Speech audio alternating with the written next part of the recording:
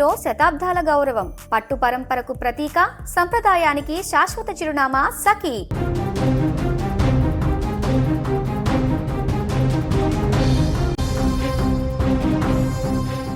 అనంతపురం జిల్లాలో mystery murder కేసులో నిందితులను అప్పడాల ప్యాకెట్ పట్టించింది. గత నెలలో అనంతపురం జిల్లాలో జరిగిన ఒక సంచలన హత్య కేసులో పోలీసులకు ఎలాంటి క్లూస్ లేవు. శవం పూర్తిగా కాలిపోయింది. కానీ అక్కడ దొరికిన ఒకే ఒక్క అప్పడాల ప్యాకెట్ ఆ క్లూస్ మర్డర్ మిస్టరీని ఊహించని మలుపు తిప్పింది. ఇక అప్పడాల ప్యాకెట్ వెనుక ఆ రహస్యంతో నిందితులను గుర్తించారు పోలీసులు. మరి ఇంతకసలు అప్పడాల ప్యాకెట్లో ఉన్నటువంటి రహస్యం ఏంటి, దాని ద్వారా పోలీసులు ఎలా కనుగొన్నారు, పూర్తి వివరాలు తెలుసుకుందాం. గత నెల జూన్ 23 అనంతపురం జిల్లా రాయదుర్గం నియోజకవర్గంలోని డి హీరేహాల్ మండలం నేమకల్లు ప్రధాన రహదారి పక్కన గుర్తు తెలియని రోడ్డు పక్కన కారిన స్థితిలో ఒక మగ వ్యక్తి శవాన్ని స్థానికులు చూసి భయాందోళనకు గురై పోలీసులకు సమాచారం ఇచ్చారు.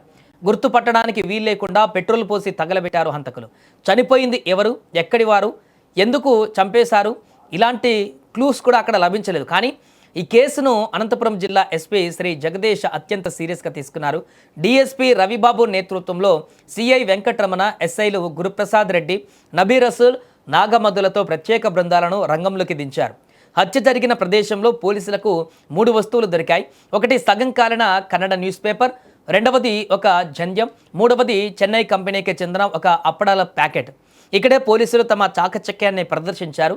ఆ అప్పడాల ప్యాకెట్ ఆధారంగా కర్ణాటకలోని బళ్ళారి డిస్ట్రిబ్యూటర్ల దగ్గరకు వెళ్ళి విచారణ చేపట్టారు. అక్కడే ఊహించిన నిజం తెలిసింది. బళ్ళారి మార్కెట్లో అప్పడాలు అమ్ముకునే గురురాజారావు అనే మూగా చెవిటి వ్యక్తి గత కొన్ని రోజులుగా కనిపించడం లేదని తేలింది. చివరకు సంఘటనా స్థలంలో దొరికిన ఆధారాలతో చనిపోయింది గురురాజారావే అని పోలీసులు నిర్ధారించారు.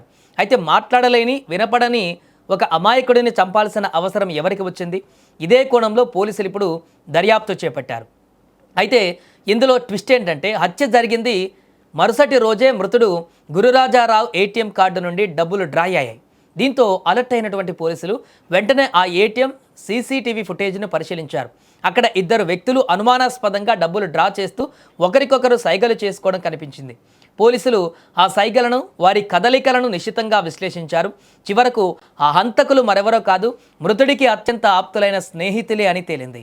కర్ణాటక బళ్ళారి జిల్లా సంజీవరాయుని కోటకు చెందిన బసవరాజు, మించేరి గ్రామానికి చెందిన కోట్రేషులను పోలీసులు అదుపులోకి తీసుకున్నారు. విచిత్రం ఏంటంటే వీరిద్దరూ కూడా మూగా చెవిటి వారే. సో డబ్బు పైన పుట్టిన దురాశ స్నేహాన్ని మంటగలిపింది. గురురాజారావు దగ్గర డబ్బు ఉందన్న విషయం గ్రహించిన బసవరాజు, కోట్రేషులు అతడిని ఎలాగైనా అంతమొందించాలని ప్లాన్ చేశారు. పార్టీ చేసుకున్న రమ్మని నమ్మించి మద్యం తాగించారు. ఆ తర్వాత కళ్ళల్లో కారం కొట్టి తాడుతో గొంతు నులిమి అత్యంత దారుణంగా హత్య చేశారు. అనంతరం ఆధారాలు దొరకకూడదని శవాన్ని పెట్రోల్ పోసి తగలబెట్టారు. సాధారణ పోలీసులకు వీరి సైగల భాష అర్థం కాకపోవడంతో ప్రత్యేకంగా మూగా చెవిటి భాష నిపుణులకు రప్పించి విచారించడంతో నిందితులు తాము చేసిన పాపాన్ని ఒప్పుకోక తప్పలేదు. క్లూస్ కేసును ఛేదించినటువంటి డిఎస్పీ రవిబాబు టీంను ఎస్పీ జగదీష్ రావు ప్రత్యేకంగా అభినందించారు. 23/6/2026 సాయంత్రం సమయంలో రాయదుర్గం నియోజకవర్గం డి హీరేహాల్ మండలం నేమకల్లు గ్రామము పూలకుర్తి గ్రామ పొలాల్లో ఒక గుర్తు తెలియని శవం కాల్చివేయబడిన స్థితిలో ఉండినది. ఈ క్రమంలో ఎవరో ఇతన్ని చంపి పడేసి కాల్చివేసి ఉండవచ్చని అనుమానించడం జరిగింది. వెంటనే అనంతపురం ఎస్పీ శ్రీ జగదీష్ గారికి ఈ విషయమై సమాచారాన్ని అందించడం జరిగింది. ఎస్పీ గారు క్షుణ్ణంగా మా దగ్గర నుంచి సమాచారాన్ని సేకరించుకున్న తర్వాత తగు సలహాలు, సూచనలు ఇచ్చి ఒక 4 పార్టీలు ఏర్పాటు చేయడం జరిగింది. Kalyandurg rural inspector Venkataramana, Bommanahal SI Nabi Rasool, D Hirehal SI Guruprasad Reddy, అలాగే కనేకల్ ఎస్ఐ మధు ఆధ్వర్యంలో 4 బృందాలు ఏర్పాటు చేసి పంపించడం జరిగింది. మాకు నేరస్థలాన్ని క్షుణ్ణంగా పరిశీలించగా నేరస్థలంలో మాకు ఒక అప్పడాల ప్యాకెట్, మృతుడిపై ఉన్న కాలి మిగిలిపోయిన టోపీ, ఒక కాలిన కర్ణాటక న్యూస్ పేపరు, అలాగే ఒక కాలిన జందెము దొరికింది. దీని ఆధారంగా మా బృందాలు చాకచక్యంగా దర్యాప్తును మొదలుపెట్టినాయి. ఈ అప్పడాల ప్యాకెట్ మీద ఉన్న సమాచారాన్ని ఆధారంగా చేసుకొని అప్పడాల తయారీ సంస్థ చెన్నైలో ఉండగా వారిని సంప్రదించడం జరిగింది.